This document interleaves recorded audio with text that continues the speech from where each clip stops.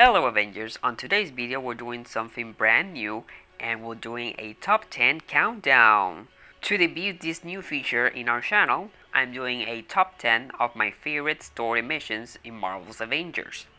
Now before I begin the countdown, we're going to be doing a giveaway for a 5-gum Avengers code. You can register this code on the Avengers website to earn some rewards.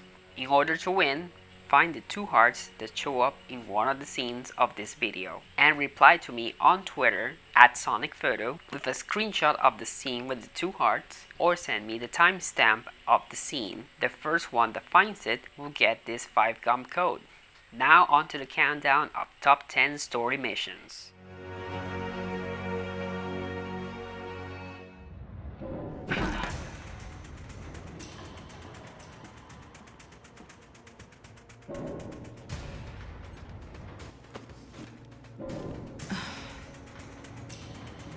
What am I doing? I don't even like kids. I always loved the idea of what if we could get a Black Widow solo game one day, where you infiltrate facilities, be a spy, cloak in, cloak out, and in the Reassemble campaign, the mission that introduces Black Widow into the game does give you a great sense of that. This mission is a pretty exciting one, and it's one of those moments where the story starts to pick up a lot of intensity, because you get to see that Black Widow was infiltrated all this time in AIM, and it turns out that she was Tiny Dancer all this time. You also get to learn more about who's behind everything that's going on with AIM, Monica Rappaccini. This leads to a very exciting encounter between Monica and Black Widow, where you must face her down while she's on her exo. Between having a boss fight like that, the introduction of Zaptoids, and with a great inspirational message to Ms. Marvel, it's an excellent, well done mission to introduce Natasha into the Reassemble storyline. The only one left to convince is yourself.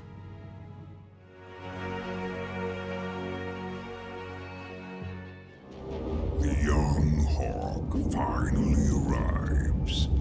Welcome to the end of the world. Holy crap, Bruce? Puny Banner died a long time ago. It's only the Maestro now. Hawkeye's journey into the future ends up with an encounter against the Maestro Hulk, a Hulk that has turned a villain, one of the last surviving Avengers, besides Hawkeye himself. The level design for this mission is great, with the great atmosphere of the future wastelands, now included the storm that's close to where Maestro is, to the introduction of Maestro with his big throne room that has all the artifacts of the Avengers, but also having the Kree sentries in the background frozen, which we later discover what happened in there, where Monica has frozen time with the Cosmic Cube. It was a very exciting mission of reveals to what could be the future of the game itself, and facing off Maestro for the first time was pretty challenging as well, as you're leveling up Clint. You better appreciate this fury!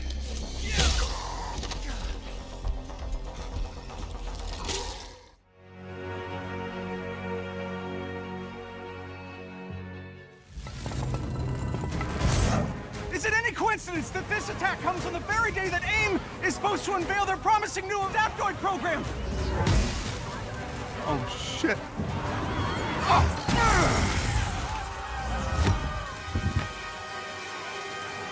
You're welcome. Another exciting introduction mission for one of the Avengers, this time for Thor. This mission is very exciting as it takes place outside of the Helicarrier, in the middle of a storm.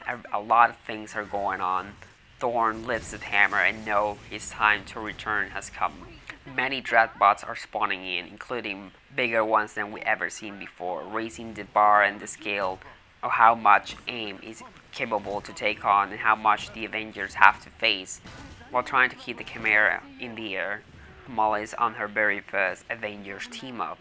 It's the first step in making us feel like the team is almost ready to be together.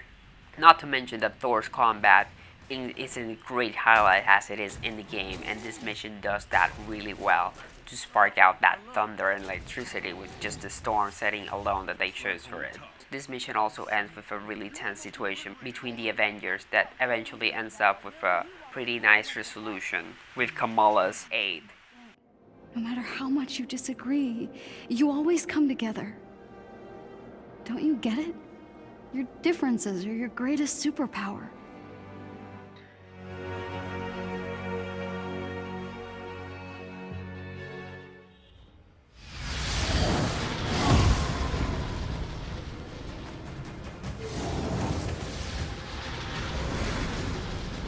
Shuri, direct me to the shield's weakest point. Huh? Do you hear that?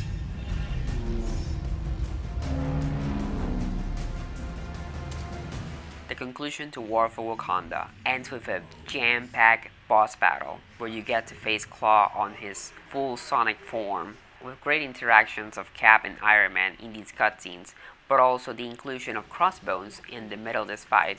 It becomes a very exciting fight between the Avengers, having to face two villains, toggle between them, while at the same time the shields on Wakanda are down, so they have to be quick in making sure that they take down the bosses on time, because the city is under attack.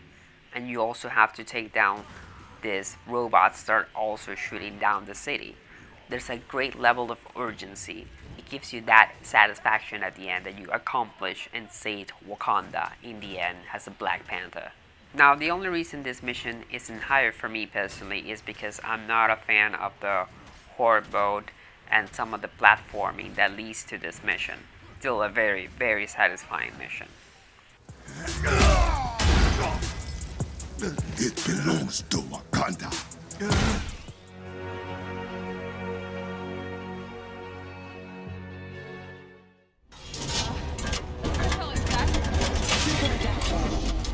Suspend Project Omega.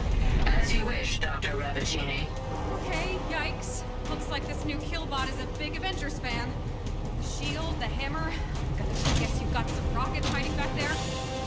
Kate, AIM has control of the bridge. You're starting to see a trend on conclusions here, aren't you? The operations and the expansion managed to really give in an exciting climax, and Family Reunion is no exception. The reason for it is because we're time traveling on this mission. We essentially created a time gate with Hank Pym and we're gonna travel into the past. But things went wrong. We didn't go exactly to the past the way we wanted.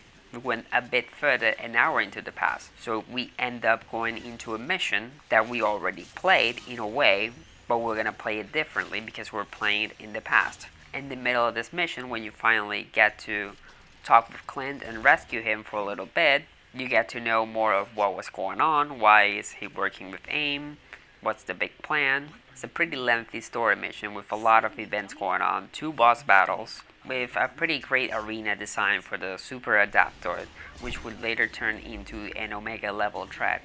Not only that, but this one ends with perhaps the most exciting conclusion of all the stories in the game, and it sets up a big arc for what's to come for the Avengers in the future. In the future, we get attacked by a warrior race called the Kree. And an invasion that'll end the world as we know it.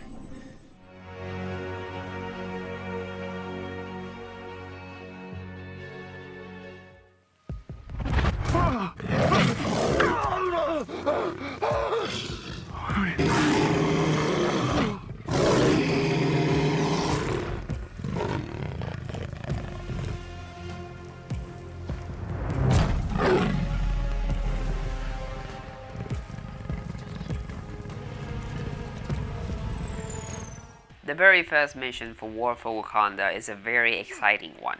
It's the best introduction mission of all the operations and expansions, where not only you get an exciting Black Panther introduction cutscene, and you get to play him right away, but you also get a great feeling of what the jungle in Wakanda looks like. You get 2 temple puzzles to solve, giving you this big scope of how big Wakanda is. You get the introduction of a new claw faction of enemies to face. You also get to hear interactions between Black Panther and Okoye right away. And you also even get to have your first boss battle with Crossbones. And then it also ends with this big scale war that you end up discovering that's going on in Wakanda, with AIM jumping in, the Avengers jumping in. There's a lot going on. that gives a big scope of what the situation is on War for Wakanda. Well, okay then. Put your weapons down and your hands up. We're here to see King T'Challa. Good. Because he wants to see you too. We're in trouble.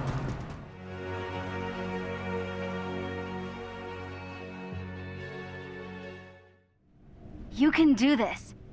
Thanks, kid. Okay. 3, 2, 1. In yet another character introduction is the space mission for Iron Man, where he rescues Captain America. This mission starts pretty exciting, where we get to see the aerospace outfit for Iron Man, and right away you get this interaction where you get to fly off from Earth and all the way to space. Makes for a really exciting cinematic introduction to this mission, and then it creates this big air of mystery while you're in the space station where everything's quiet. Then you find out that it's indeed Captain America inside this pod. Not only that, but it also establishes a great emotional connection that Tony has with this Captain America, where right away he's hugging this man like he means everything to him. And that's one of the big themes of the Reassemble campaign. When you finally get to play as Cap, the mission has some really fun platforming sections because Captain America has double jumps, wall runs. The traversal is very well designed on this mission to really use all of Cap's abilities. It also serves as a really great way to meet Captain America, where we get to see more about this Cap's personality, how he feels, how he connects to these characters a little bit, and most of all, we get to see him shirtless.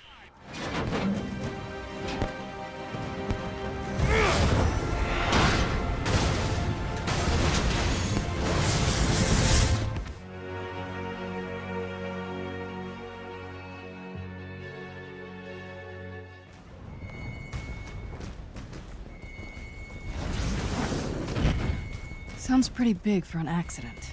There are no accidents. Thor, Tony, check it out. At once. Try to keep up. Grab the Quinjet net. Just in case. On it.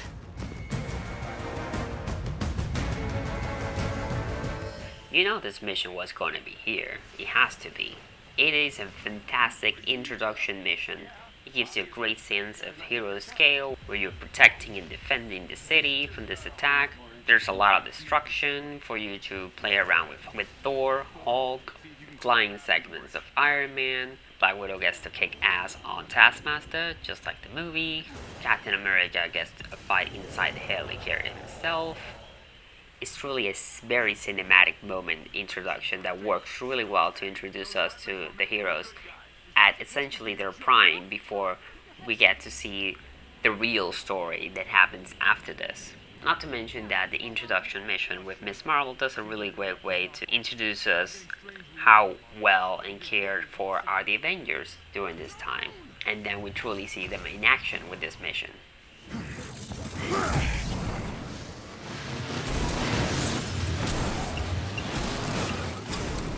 Now that is an entrance.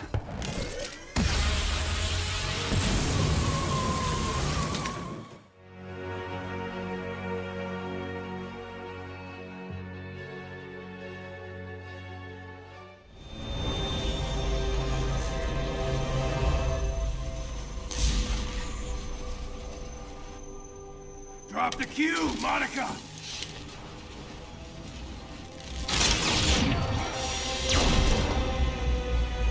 I've come too far.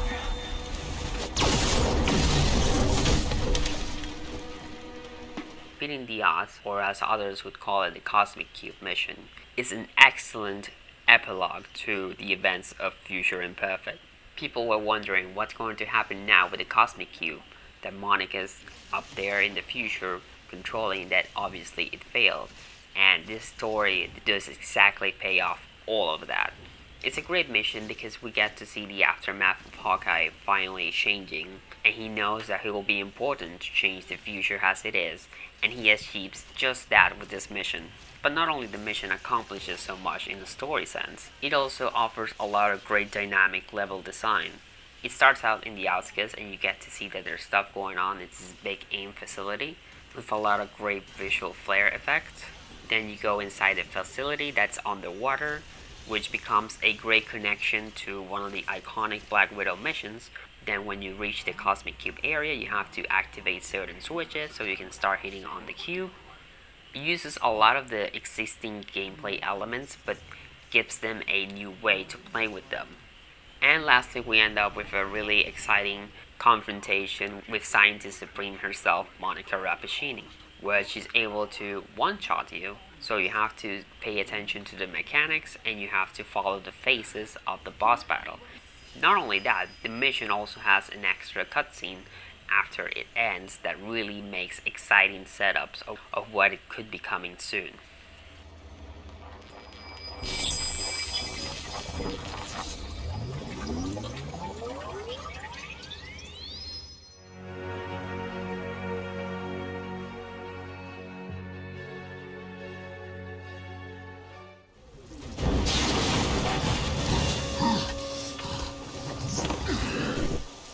What you thinking, Cap? The beacon must have been a decoy. Somehow Tarleton's still transmitting. You struggle against the unstoppable tide of progress, Avengers. This just got a whole lot weirder. What has happened to his face? Final climactic battle of Reassemble campaign, where you get to play as Captain America leading the Avengers into the big final encounter with MODOK himself. It's a very exciting level design mission where you have a lot of effects of explosions, all the heroes flying around you, or you see Iron Man flying, you see Thor flying, you see Hulk jumping. Cap tells Hulk to break that door. While in the comm chats you hear Kamala having the exciting journey of being on this mission with the Avengers. There's a lot of communication between the Avengers. Combine that with the rain effects to again create that exciting dynamics that we saw in Thor Helicarrier mission. And then getting the really exciting moment when you finally confront MODOK and you see all the Avengers line up together. It's truly amazing. The other great element of this boss fight is that it has phases where you get to play as different Avengers for each of them, and ends with a really great climax moment for Miss Marvel as she takes on the Kree Sentry and she ultimately understands and comes to terms with who she is and what her powers are, while also making a great setup of what would be the future of the Kree Sentries and establishing Monica Rappaccini as the new AIM leader. And that's it for my top 10 countdown. You disagree or agree? You have other favorites? Feel free to comment below. I'm very happy to discuss what are your favorites. So I hope you have a fun time and see you next time, Avengers.